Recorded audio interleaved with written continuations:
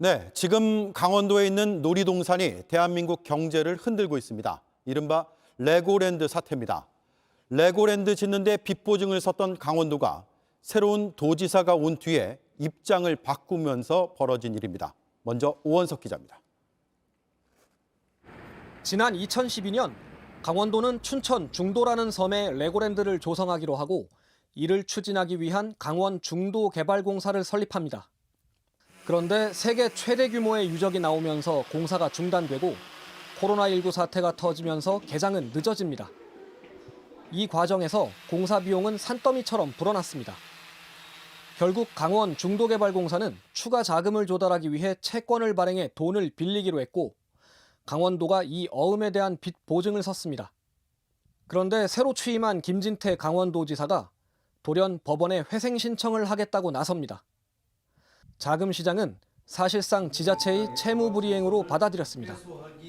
김 지사는 3주 만에 다시 보증한 채무를 갚겠다고 말을 바꿨지만 이젠 지자체 채권도 못 믿는다는 신호가 확산되면서 시장은 확 얼어붙었습니다. 채권 시장에다가 폭탄을 던진 건 맞는 얘기거든요. A1 등급의 CP에서 부도가 났다라는 거는 굉장히 큰 의미가 있는 거고요. A1도 이제는 못 사겠네 이렇게 되는 거거든요. 공기업조차 이자를 더 준다고 해도 채권이 팔리지 않는 상황까지 벌어졌습니다.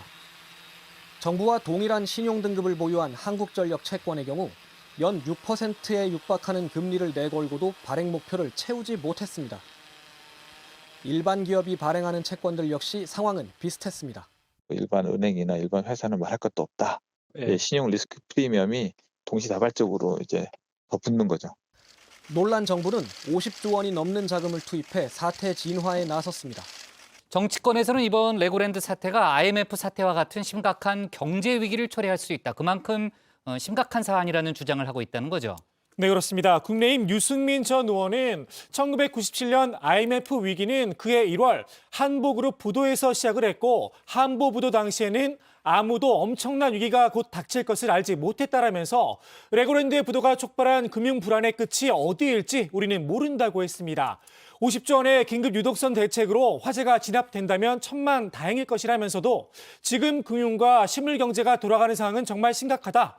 IMF 위기 때 겪었던 것보다 더 고통스러운 구조조정을 거쳐야 할지도 모른다라는 겁니다. 네, 민주당 김성환 정책위 의장은 강원지사 김진태발 금융위기 생각보다 심각한 것으로 보인다면서 정부가 급히 50조 원을 투자해서 급한 불을 껐다고 하지만 저희가 보기에는 그 정도로는 해결되지 않을 것으로 보인다고 우려했습니다. 빠르면 올해 연말 혹은 내년 초에 지방의 중소 중견 건설사 혹은 중소기업들 중에서 우량함에도 불구하고 이 자금 조달과 유통의 문제로 소위 흑자 부도가 나는 더 큰 위기가 올 수 있다고 말했습니다. 대한민국을 금융위기로 몰아넣은 김진태 지사는 사퇴해야 합니다. 김진태 강원도지사가 촉발한 금융불안이 끝을 모르게 확산하고 있습니다.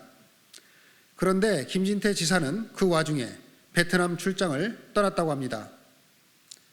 사태를 책임질 생각은 없이 해외로 도망친 것입니다. 무책임의 끝판왕입니다. 채권 시장에서 믿을 곳이 없다라는 불신의 폭탄이 떨어지면서 신용등급 트리플 초우량 공사가 발행한 채권마저 유찰되는 등 자금 시장이 사실상 마비됐습니다. 벌써 레고랜드 사태로 중소건설사의 자금난이 확산하면서 아파트 시공이 중단되는 등 서민 피해가 발생하고 있습니다. 김 지사가 이런 상황을 예견하지 못했다면 자신의 무지와 무책임에 대해 국민께 사과하고 사퇴해야 합니다. 윤석열 정부도 공범입니다. 정부는 그동안 손 놓고 있다가 사태가 감당할 수 없게 커지자 뒷붓 대응으로 50조 원의 긴급 자금을 쏟아붓는 무능의 극치를 보였습니다. 호미로 막을 일을 불도저도 막을 수 없는 금융위기로 만든 책임을 누가 질 것입니까? 정부 여당은 김진태발 금융위기 사태가 경제 전반으로 피해가 확산되지 않도록 대책 마련에 총력을 기울이기 바랍니다.